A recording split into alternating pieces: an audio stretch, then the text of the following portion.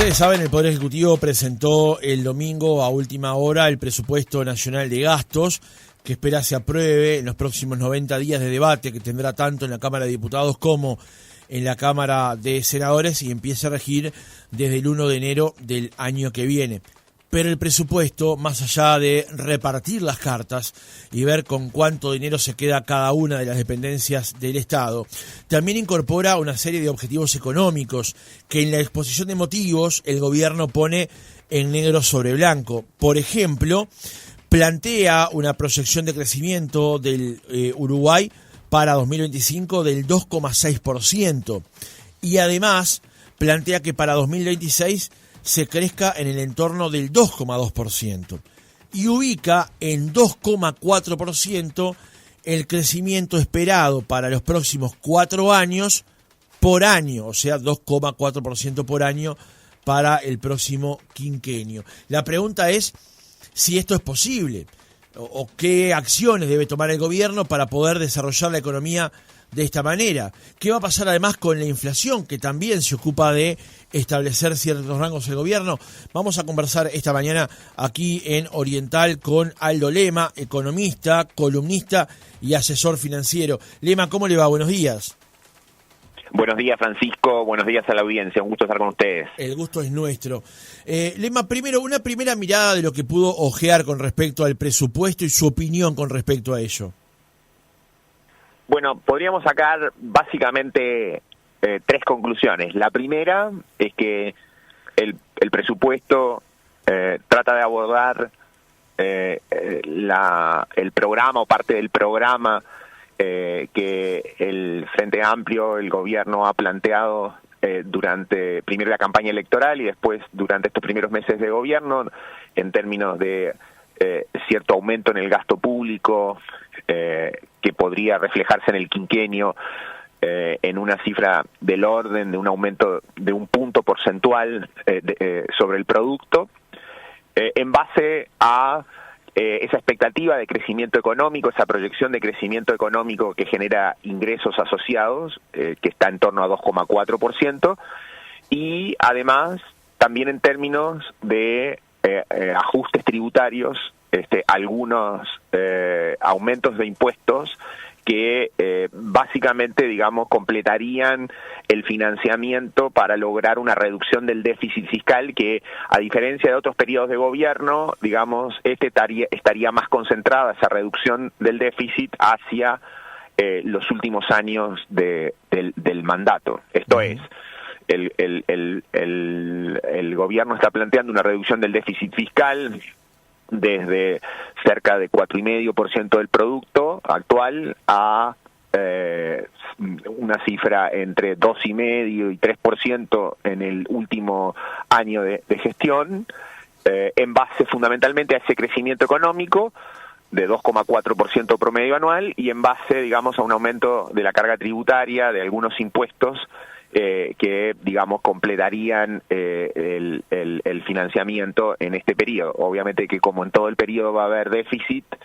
la deuda pública seguiría aumentando durante este periodo, aumentaría, digamos, desde cerca de 58% del producto a cerca de 63% del producto en el periodo. Lema, para ir por partes, el gobierno, como decíamos, prevé que la economía crezca en este año 2025 un 2,6% y luego un 2,2% para 2026. Teniendo en cuenta que los niveles de crecimiento de Uruguay se ubican bastante por debajo de esa cifra, o sea, si tomamos el promedio de los últimos años, el crecimiento de Uruguay se ubica por debajo de esos niveles. ¿Es factible cumplir con una premisa de llegar al 2,6 ahora, 2,2 para el año que viene? Bueno, hay varios aspectos ahí. Primero, lo de más corto plazo. Para 2025 se plantea que la economía crecería 2,6%. Eso, a la luz de los últimos indicadores, se ve más bien optimista, Ajá. en el sentido de que las cifras han sido un poco más pesimistas y probablemente esté por debajo de 2,6%, más cerca de 2% el crecimiento de 2025, y eso tiene que ver con un mundo que ha estado bastante más complejo, que, digamos, se ha reflejado además también recientemente en menor impulso desde Argentina, que está teniendo ciertos problemas en su plan de estabilización, con presión al alza nuevamente en el tipo de cambio, y también con una economía argentina que se ha estancado, a lo que se suman, digamos, los temas de Brasil, que no ha sido, digamos, en los últimos meses, no ha tenido en los últimos meses un desempeño como el que traía previamente. De modo que la cifra de 2,6% de crecimiento para este año se ve optimista, luce optimista claramente, y podría ser peor, y eso también luego va a significar una readecuación en las proyecciones de 2026 en ese escenario, digamos, de desempeño de este año algo peor a lo esperado. Después está el desempeño para el quinquenio, y en el desempeño para el quinquenio evidentemente 2,4% de crecimiento del PIB promedio anual es el doble de lo que Uruguay ha crecido en los últimos 10 años. Claro. Descansa en esencia sobre dos supuestos, uno que digamos, tiene que ver con un aumento significativo en la inversión, lo cual es poco plausible, sobre todo en este contexto global. Segundo, también en el contexto de márgenes de rentabilidades bastante más bajas de las empresas en Uruguay, y sin grandes proyectos de inversión en el horizonte. O sea, es difícil imaginar, digamos, que la tasa de inversión, que hoy está en 16% del producto, pueda subir a 20% del producto como ha planteado el gobierno. O sea, es más bien, digamos, un supuesto que no se condice ni con el entorno global, ni con el contexto local, ni tampoco con estos ajustes tributarios que se están planteando y que obviamente van a significar para las empresas que más invierten menor rentabilidad. El otro supuesto para que la economía pudiera crecer al 2,4% promedio anual, para que pudiera crecer el doble de lo que ha crecido en la última década, pasa por un aumento significativo en la productividad. Y eso es muy difícil de lograr en el corto plazo. No parece que hubiera en esta ley de presupuesto ni en otros proyectos paralelos, digamos, propuestas o políticas que aumenten significativamente la productividad. De modo que también ese supuesto parecería optimista. Eventualmente podría lograrse, pero como planteaba, depende mucho de un escenario de aumento significativo en la tasa de inversión de las empresas y de también un aumento significativo en la productividad, dos cosas que en el contexto en el que estamos, tanto local como internacional, parecen un poco optimistas de lograr. Entonces,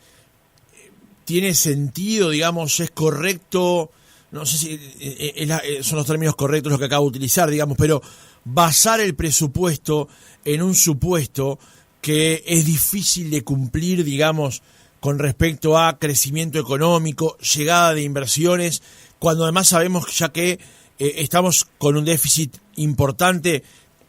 ¿Qué lectura tenemos que hacer de eso entonces? A ver, la lectura es, en general, digamos, todos los gobiernos, tanto en Uruguay como en América Latina, en general en el mundo, tienen agendas de demandas ciudadanas, de colectivos sociales, que se reflejaron en las urnas y que se reflejaron, digamos, en su programa de gobierno. Eso es lo que este gobierno quiere llevar adelante, y para eso, digamos, en esencia, necesita casi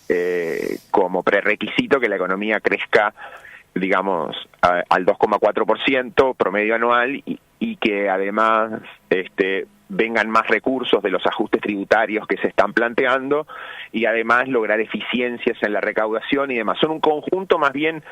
de supuestos, de deseos, digamos, necesarios para lograr lo que se ha planteado como objetivo. Lo que, digamos, como analistas tenemos que hacer es juzgar si eso es posible o no, si tiene, digamos, probabilidad de ocurrencia, digamos. En general, las políticas públicas, en general las políticas de gobierno están llenas de buenas intenciones en todos los sectores políticos, en todos los colores de partidos, Pero bueno, algunos, como los que se están planteando ahora, estas buenas intenciones que se están planteando en este proyecto de ley de presupuesto, pueden enfrentar vientos en contra mayores o menores. En el pasado, por ejemplo, en el superciclo de commodities, cuando tuvimos el boom del de 2005 a 2014,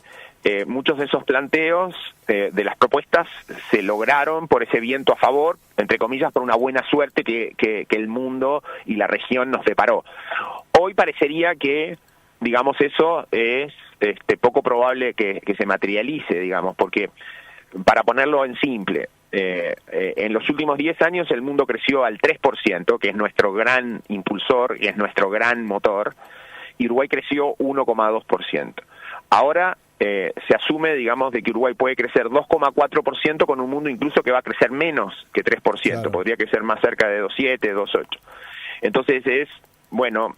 plausible, es atendible asumir, digamos, ese escenario, o más bien tiene mucho de voluntarismo, tiene mucho, digamos, de deseo, y que, digamos, luego eventualmente, como ha pasado en otros gobiernos,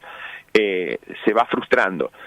Yo diría que en este caso, digamos, tanto por el mundo tan complejo, en esta guerra comercial y en estas políticas de Trump, tanto por la situación de Argentina, que de nuevo se ha empezado a deteriorar recientemente, tanto por la mediocridad de Brasil y demás, no parece que tengamos vientos a favor que hagan que la economía, digamos, pueda satisfacer esas expectativas. Uh-huh. ¿Qué consecuencias tiene eso? O sea, cuando hay expectativas altas, cuando esas expectativas, digamos, se han ido construyendo en campaña electoral o se han luego construido, digamos, desde el gobierno, se empiezan a frustrar, no necesariamente se van materializando. Bueno, lo que eso genera básicamente es, en general, pérdida de aprobación ciudadana hacia el partido de gobierno, hacia el gobierno en general, y muchas veces hay reacciones con políticas que tienden a ser, digamos, más de corto plazo, como por ejemplo gasto público por aquí o por allá, subsidios fiscales de cierta índole, renuncias fiscales o franquicias, para tratar de que esa percepción que se deterioró, esas expectativas que se deterioraron, digamos, no comprometan la gestión de gobierno o no comprometan más la aprobación de la gestión de gobierno. Entonces es un riesgo adicional en el sentido, digamos, de cuando no se cumplen proyecciones o cuando eventualmente las proyecciones tienden a ser muy optimistas, pueden generar cierta frustración que luego se traduzcan en una especie más de círculo vicioso que de virtuoso. Uh-huh. Lema, otro asunto también planteado en el presupuesto tiene que ver con el tema de la inflación. El gobierno allí dice: consolidar una tasa de inflación baja y estable es un factor crucial para alentar un clima de inversiones favorable al crecimiento. Ya el gobierno anterior se había planteado una franja donde se ubicaba la inflación, logró establecerlo allí durante muchos meses. Ahora el presidente del Banco Central, el señor Tolosa, plantea que en el marco de lo posible se baje aún más, llegando al entorno del 3,5%. Pero el viernes pasado conversábamos con el señor Ferber de la Asociación Rural y advertíamos que el dólar en lo que va del año ha bajado casi un 10%. Y así aparece siempre la tensión, ¿no? ¿Cuánto incide en una inflación controlada, un tipo de cambio controlado y otros instrumentos que se utilizan? ¿Cómo ve este factor en particular, el tema de inflación y su evolución? Bueno, primero algunas consideraciones iniciales. Este año el tipo de cambio en Uruguay ha caído 10%, que es básicamente lo que ha caído el dólar en el mundo respecto a las principales paridades, al euro, a la libra esterlina, al franco suizo y a otras monedas. O sea, aparte de lo que pasó en 2025, ha tenido mucho que ver con lo que ocurrió con el dólar globalmente. Lo que pase hacia futuro con el tipo de cambio también tendrá que ver con el mundo, también tendrá que ver con los desarrollos internos o tendrá que ver, digamos, con la región, por ejemplo, Argentina, Brasil. en Uruguay la inflación que el país tuvo durante cerca de 15 años, desde 2004 a 2020, que fue en torno a 8%, era una anomalía en la comparación con países serios, responsables, emergentes de esa naturaleza, y obviamente más anomalía, digamos, respecto a países desarrollados. O sea, en general, los países emergentes, responsables, serios, tienden a tener metas de inflación de 3% y tienen inflación en ese entorno, y los países desarrollados tienen inflación más cercana a 2%. Entonces esa era una anomalía. Durante los últimos años, con giros en el Banco Central, con mejor política monetaria y demás, la inflación logró básicamente reducirse desde, digamos, ese 8% a 4,5%, que es donde ha estado más recientemente, y además ha completado 26 meses dentro de lo que era el rango meta, ahora llamado rango de tolerancia. Hoy ya está en 4,5%, y obviamente que lo que llama un poco la atención es que, habiendo sido planteado por parte del ministro Done y por parte del presidente del Banco Central, que la inflación se aspiraba a reducirla más, y a ir a una meta más ambiciosa del orden de probablemente 3,5%, para los años últimos del proyecto de ley de presupuesto se deja en 4,5%. Creo que, si bien eso no ata ni al Banco Central ni al gobierno a aspirar a una meta más ambiciosa, podría perfectamente en el futuro reducirla. De hecho, en el proyecto de ley de presupuesto establece que, dependiendo de que las expectativas de inflación estén ancladas en 4,5% y que adicionalmente, digamos, no haya un shock externo adverso, han planteado, digamos, de que la meta se podría reducir. Creo que habría sido mejor esa reducción haberla planteado ya desde ahora, no supeditarla a otras condiciones, haber dado señales más claras, sobre todo, digamos, para inversores, para agentes económicos en general, que la meta se iba a reducir, y se iba a reducir, digamos, en la segunda mitad del periodo de gobierno. Creo que eso, si bien no está descartado, podría haber sido, podría haber quedado más explícito, digamos, en el proyecto de ley de presupuesto. Lo que le pasa al tipo de cambio, lo que le pasa al dólar, como decía, tiene que ver mucho con el mundo, tiene que ver mucho, digamos, con otras políticas locales, no tanto con la política monetaria, no tanto con las tasas de interés, y que Uruguay vaya acumulando un periodo más largo de credibilidad en el cumplimiento de la meta inflacionaria, al final va a facilitar para que el tipo de cambio, para que el dólar, cuando tenga que subir significativamente, porque en el mundo, digamos, ese escenario se está dando, porque en el mundo el dólar eventualmente se fortalezca, lo va a poder hacer. El tipo de cambio en Uruguay va a poder subir sin restricciones, sin límites, sin que necesariamente esté contenido por el gobierno, porque la inflación es alta. Eso fue lo que pasó en años anteriores, eso fue lo que pasó, por ejemplo, en la década pasada, o lo que incluso pasó también en el medio de la pandemia. O sea, en definitiva, el tipo de cambio no subió todo lo que tenía que subir, el dólar en Uruguay no subió todo lo que tenía que subir en momentos adversos, porque la inflación era alta, estaba en 8, 9%, con riesgo de pasar de 10. ¿Ah? Entonces, eso es un escenario, digamos, que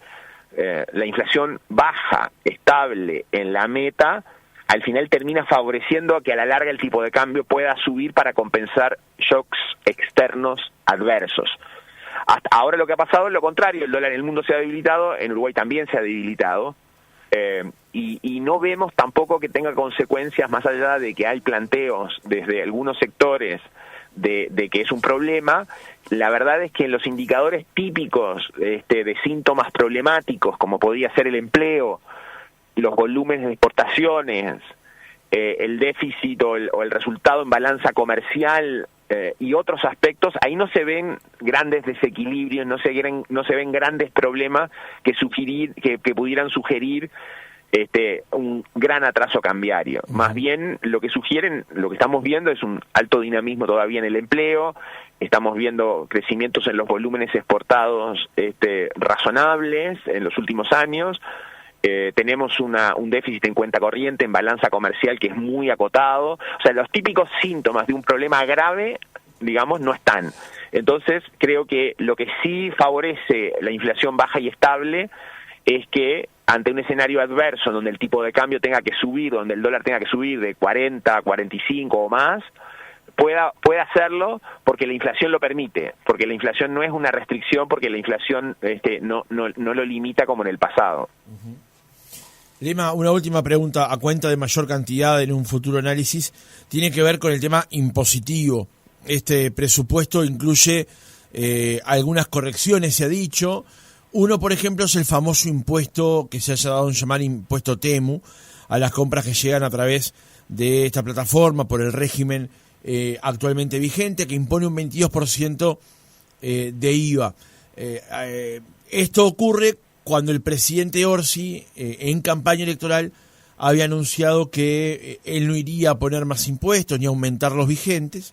y el ministro Done, hay que reconocerlo, no había ido por ese camino, sino que había que esperar las circunstancias, digamos. ¿Cómo analiza este punto en particular, teniendo en cuenta la incidencia que puede tener en la recaudación y que la aplicación del propio impuesto, si bien achica la brecha, no la elimina con los precios en comparación con lo que valen en el mercado local a lo que puede ser comprado a través de esta plataforma Temu? A ver, primera cosa es, el ministro Done tenía razón en que ningún gobierno, ningún ministro se puede atar de manos en cuanto a los instrumentos que tiene disponibles, ¿no? Porque nunca se sabe cuáles van a ser las condiciones que se van a ir dando para, por ejemplo, tener que recurrir a ajustes tributarios. Por lo tanto, claramente parecía más una promesa electoral que no se iba a cumplir, la del presidente Orsi, de mantener la carga tributaria o el conjunto de impuestos tal cual estaba en el 2024, sino que parecía más plausible y era esperable, digamos, algo más como lo que había insinuado, planteado el ministro, o en aquel momento el asesor del presidente, candidato a ministro, Gabriel Odone. Segundo, en esta discusión, tanto de la ley de presupuesto como en otros temas, lo que hay básicamente son 4 ajustes tributarios, al menos. Un primero que es a las empresas transnacionales que en el mundo facturan más de 750 millones de euros. La OCDE, la Organización de Cooperación para el Desarrollo Económico, ha sugerido, ha planteado, y muchos gobiernos se han plegado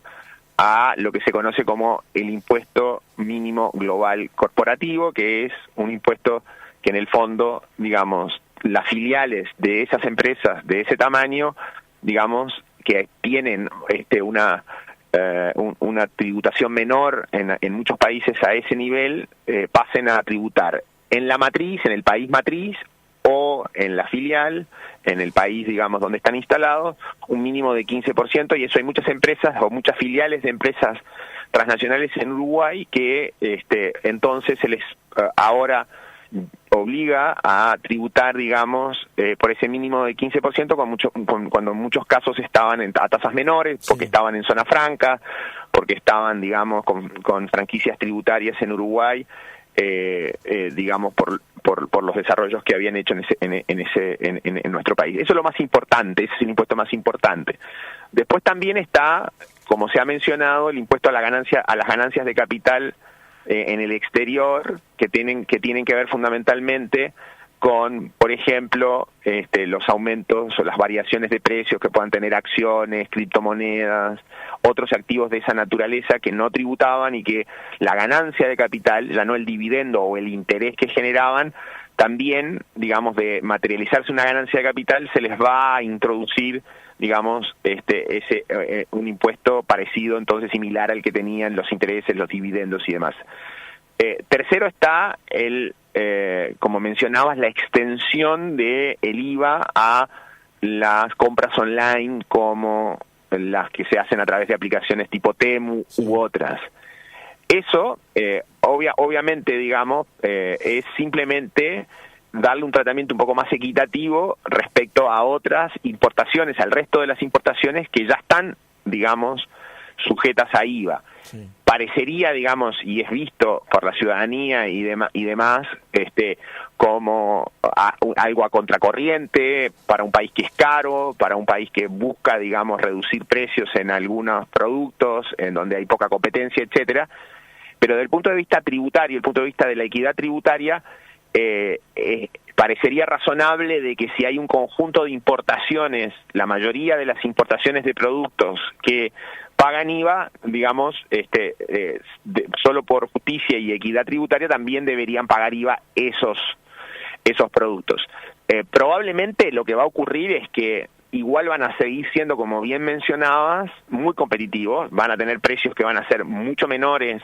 igual aún pagando IVA, que los precios de productos similares o parecidos que se importan a través del comercio local, y por lo tanto, si bien algún impacto tiene en menor demanda por esos productos, en menor demanda por compras online,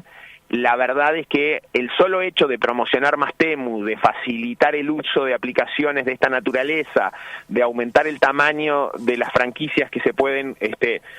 comprar en un año, etcétera, eso mismo ya es todo un incentivo para que eso no decaiga. Al contrario, claro. Aún con el IVA extendido, probablemente vamos a seguir viendo, digamos, un crecimiento bastante significativo en las compras a través de esas plataformas. El cuarto ajuste tributario que se está planteando en este proyecto de ley de presupuesto es para aquellos extranjeros que se instalan en Uruguay y que adquieren su residencia fiscal. Hasta ahora tenían, digamos, una ventana de no pago de impuestos, de exoneraciones en los pagos de impuestos durante 10 años sobre dividendos e intereses de las sociedades en las que tenían participación en el exterior, digamos, muchos argentinos, chilenos y otros extranjeros que se instalaron durante los últimos años aprovechaban una ventana de tener residencia fiscal en Uruguay y no pagar esos impuestos durante 10 años. Eso se plantea en este proyecto de ley de presupuesto que termine el 1 de enero del 2026, con lo cual probablemente vamos a tener menor llegada de argentinos, menor llegada de chilenos y de otros extranjeros en la medida que ahora se les hace menos favorable instalarse en el país. De esos cuatro ajustes tributarios, la gran duda que suele estar presente siempre, y esta es una duda que emerge desde países parecidos a Uruguay con las reformas tributarias que han tenido en los últimos años, la gran duda que emerge es el rendimiento de esos ajustes tributarios, de si efectivamente van a tener o no, digamos, digamos, el rendimiento en términos de recaudación que se plantea. En general, en América Latina, durante los últimos 10 años y en varios países, digamos, lo que ha habido es un rendimiento, una recaudación bastante menor a la que se preveía. En general, los gobiernos tienden a ser optimistas con la recaudación que van a obtener por estos ajustes tributarios, y luego la realidad básicamente lo que hace es frustrar esas expectativas. Y por lo tanto hay un riesgo, y vuelvo al principio para cerrar, un riesgo de que digamos, el resultado fiscal, las proyecciones de déficit y demás que se están haciendo, en parte asociadas a mayor recaudación por estos ajustes tributarios, a mayor eficiencia en la recaudación, a reducción también de la evasión, no necesariamente se cumplen. Aldo Lema, economista, asesor, columnista en varios medios de prensa. Gracias por haber estado otra mañana con nosotros y por habernos ayudado a ir decodificando algunos aspectos económicos y financieros que plantea el presupuesto presentado por el gobierno. Bueno, buenos días, que pasen muy bien.